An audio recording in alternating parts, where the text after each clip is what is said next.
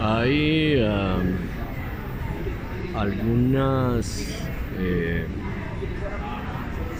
algunas escuelas de oratoria que consideran que es una cantidad de normas de comportamiento y de elaboración de ideas lo que va a llevar al poder de convicción.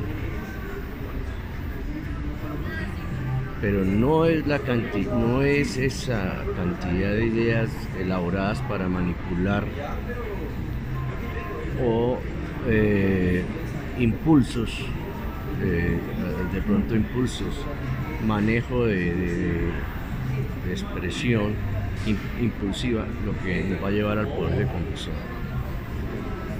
No es eso, no es echar carreta y echar carreta y echar carreta, lo que va a hacer una multiplicación de efectos positivos. Los efectos positivos se consiguen exactamente con un cultivo que tiene que ver con un entrenamiento extraordinario, como lo que puede hacer, por ejemplo, un ciclista. Un ciclista no puede ir a montar una cicla de carreras y hacer una carrera donde tenga que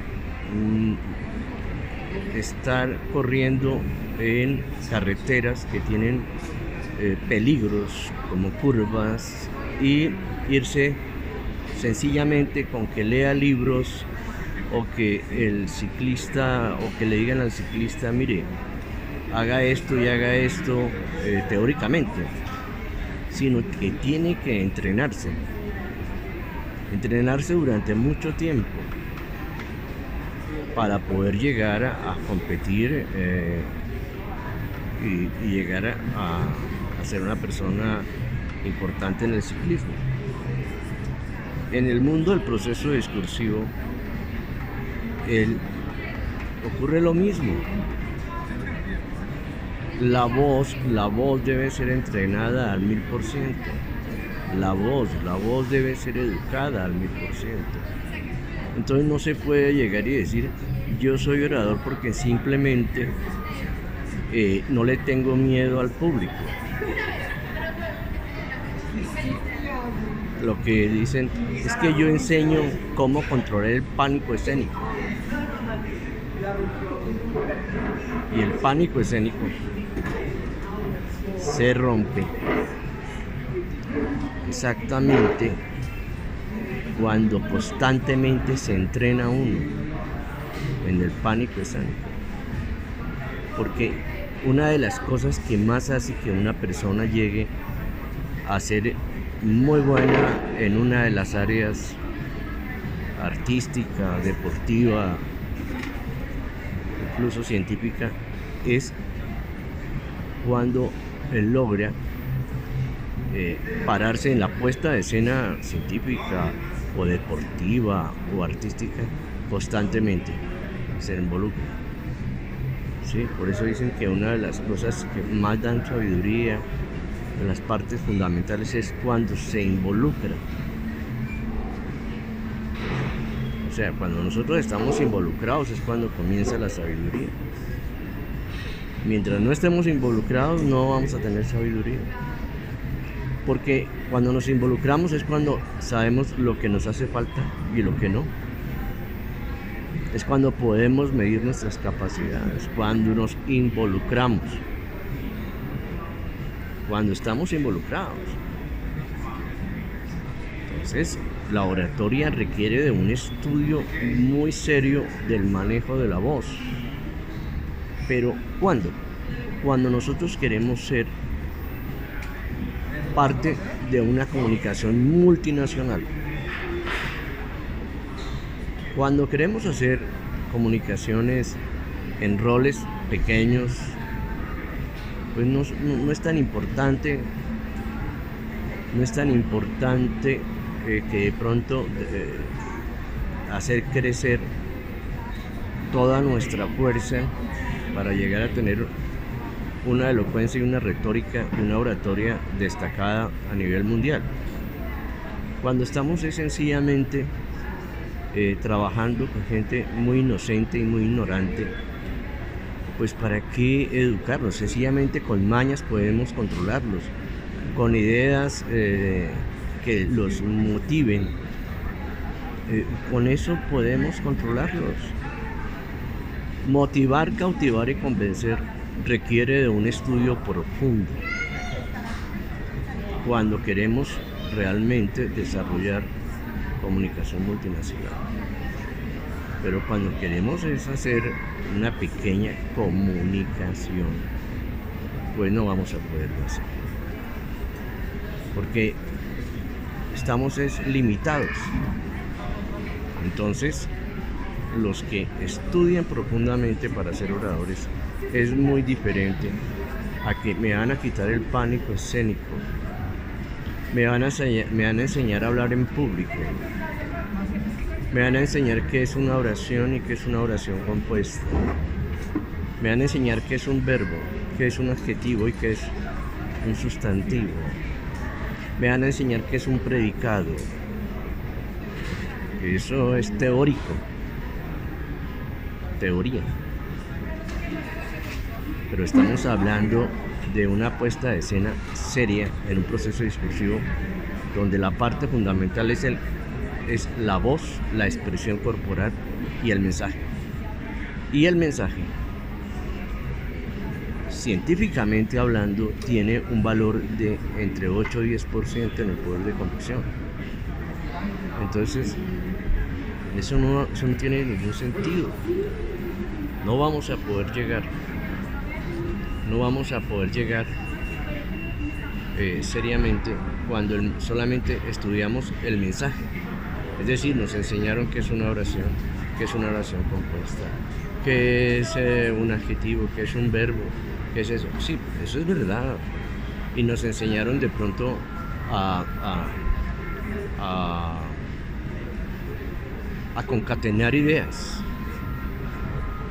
y ponerlos sobre en un discurso, pero que ese discurso coja una fuerza extraordinaria, eso es un trabajo de carpintería, y la carpintería no se hace colocando solamente oraciones en un discurso, se hace con calidad verbal y corporal, porque eso es el valor científico, eso es el 90%, la voz el 45% y la expresión corporal otro 45%, más o menos. Pero en la radio la voz es el 100%. En la televisión pues hay algo de expresión corporal, y en el cine y tiene un valor bastante grande, ¿cierto? Pero en la radio es el 90%, el 100% la voz. En las grabaciones el 100% de la voz. En el WhatsApp, cuando no hacemos grabaciones, videos, es el 100% la voz. En el internet, ya cuando hablamos personalmente y aparece la figura, entonces es 100% de la expresión corporal y 100% la voz. Pero acuérdense, la voz tiene muy pocos segundos para ser aprobada. Por ahí entre de 5 a 10 segundos o máximo 30 segundos para ser aprobada. Si durante, o 10 segundos, 15 segundos, si no es aprobada la voz, se borra inmediatamente el efecto del discurso. Lo que quiere decir que un discurso se puede lograr sencillamente con un buen saludo. Buenos días, buenas noches. Para mí es un placer estar en este lugar. Con un buen saludo se logra. Pero si la voz no tiene todo el tamaño de lo que se necesita para proyectar lo que se va a decir en el discurso, no es aceptable. Y además, va a comenzar a sonar el discurso del público. El discurso del público es muy interesante. Es muy interesante. El discurso del público es muy interesante porque es que el discurso del público son efectos con el papelito del maíz, el papelito del chocolate, el papelito del vasito, el palito, el sonidito de eso, los mismos sonidos de la totalidad del público que está en ese día congregado. Entonces hay que educar la voz al 100%, así como también educar la expresión corporal al 100%. Entonces el discurso requiere de técnica, mucha técnica. No es que le voy a enseñar a decir, a quitarle el pánico escénico. Las personas que tuvieron la oportunidad de subirse a la puesta de escena, por alguna razón, y ya se han subido durante mucho tiempo y han logrado subirse, por alguna razón, porque cumplían con la fisonomía del prototipo humano establecido.